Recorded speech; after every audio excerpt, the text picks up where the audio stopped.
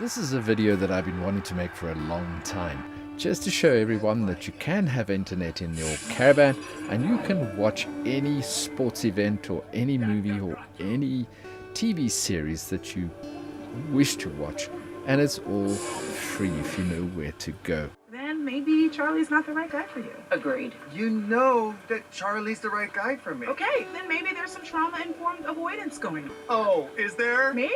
Fuck yeah. Okay, stop. Maybe I don't want to take advice about marriage from someone who just, Are you divorce shaming me, dude? Oh, don't fucking dare. He did dare. I should go.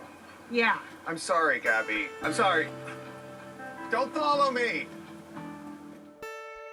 My internet system in the caravan consists of an LTE router and a signal booster.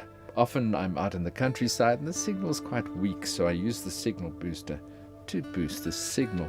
Now my internet router is quite old and I found the signal booster to be a bit bulky to carry around and install, and it's just unsuitable. So I'd recommend a more modern router. I recently installed one of these TP-Link routers for a fellow camper and I was very impressed. It's very simple to put in. You just insert the data SIM card, switch on your computer and your router, and put in the password that's on the bottom of the router to connect. The signal boost of the router itself was very good, and the price is affordable. If you need a signal booster, make sure that you buy an omnidirectional booster. This means that the booster will pick up the cell tower signal from any direction. A directional booster needs to be pointed at the cell tower. And of course, when you arrive in a new caravan park, which is in a new area that you've never been to, you won't have a clue where the tower is. I do use an app on my phone called Cell Mapper, which shows me where the towers are. But that's a lot of extra work to do when you get to a place, and I'd rather just put up an omnidirectional signal booster and not have to deal with finding out where the towers are. So I plan to sell my older router and the signal booster quite soon and buy the TP-Link router and an omnidirectional signal booster, which will make my life much easier. I have a data supply from Vodacom, which gives me 150 anytime gigs plus an extra 100 gigs of anytime data per month on a 2-year contract. I believe it's called a business data contract. I'm not absolutely sure. I'm very happy with the amount of data as I stream about 4 hours of sport and movies and television series a day. And even if I watch everything in high definition, I don't make a dent on my data, and I've never had to buy more data. There are quite a few free sites where you can watch any soccer or rugby or motorsporting or any sporting event, as well as any movies or television series that you want to watch for free. Netflix Africa is very limited and it's really not worth having. Cinemax is pretty much the same. I got tired of those two very quickly. I can't tell you where these free TV sports and movies and TV series websites are because I'll probably get into hot water. But if you just Google watch free TV series or watch free sports events, you're likely to find one or two quite easily. So I've got loads of data and I know where to find the places that I can watch free sports and free movies. You can buy data on a pay-as-you-go basis here, and I did that through Cell C for a few years, buying 50 gigs a month for 500 Rand. But I didn't get good internet reception through them. I was always complaining about my Cell C service and I wanted something else. So I got the Vodacom contract eventually. Now getting the Vodacom contract was quite interesting. I went into a Vodacom store in Robertson, this is about 3 years ago, and tried to sign up for this lovely loads of, 100 gigs, 150 gigs a month plus another 100 at $2.99. And filled in all the paperwork, and the lady came back and said, no, I'm sorry, you don't have any debt, so we can't give you a contract.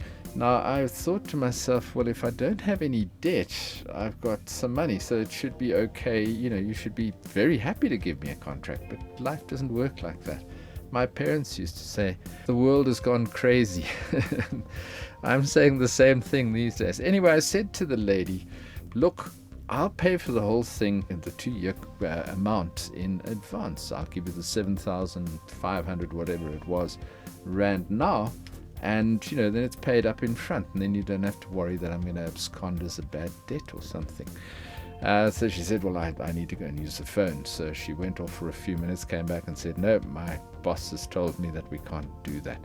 And once again, the thought of the world has gone crazy came back into my mind. But that was it. I just couldn't take out the contract, and that's just the way it works. Internet service in the countryside depends on how close you are to an internet tower, and these are normally near the towns. In the more remote areas, there's nothing.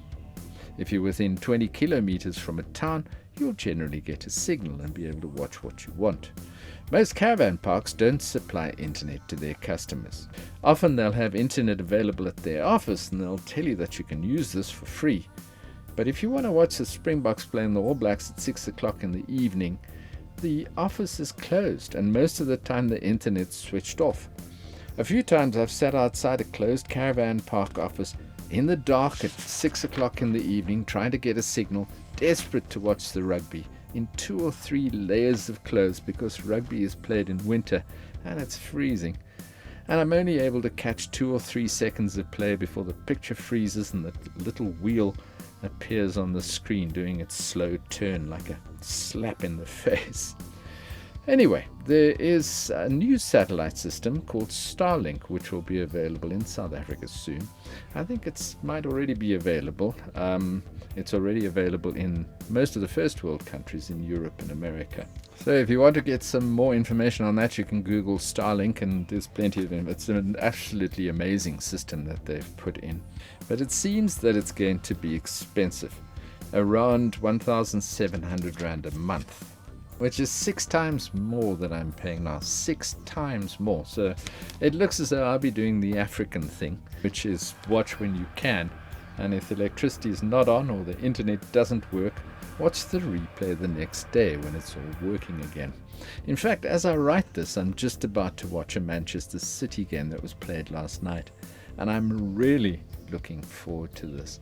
I hope this has helped you. You can get lots of pleasure using the internet. YouTube alone is just fascinating, and being able to watch sport sitting in the caravan either on a Saturday afternoon or a weekday evening, and to watch movies and things that are happening live makes this sort of life, traveling around and living in my caravan, much more pleasurable for me.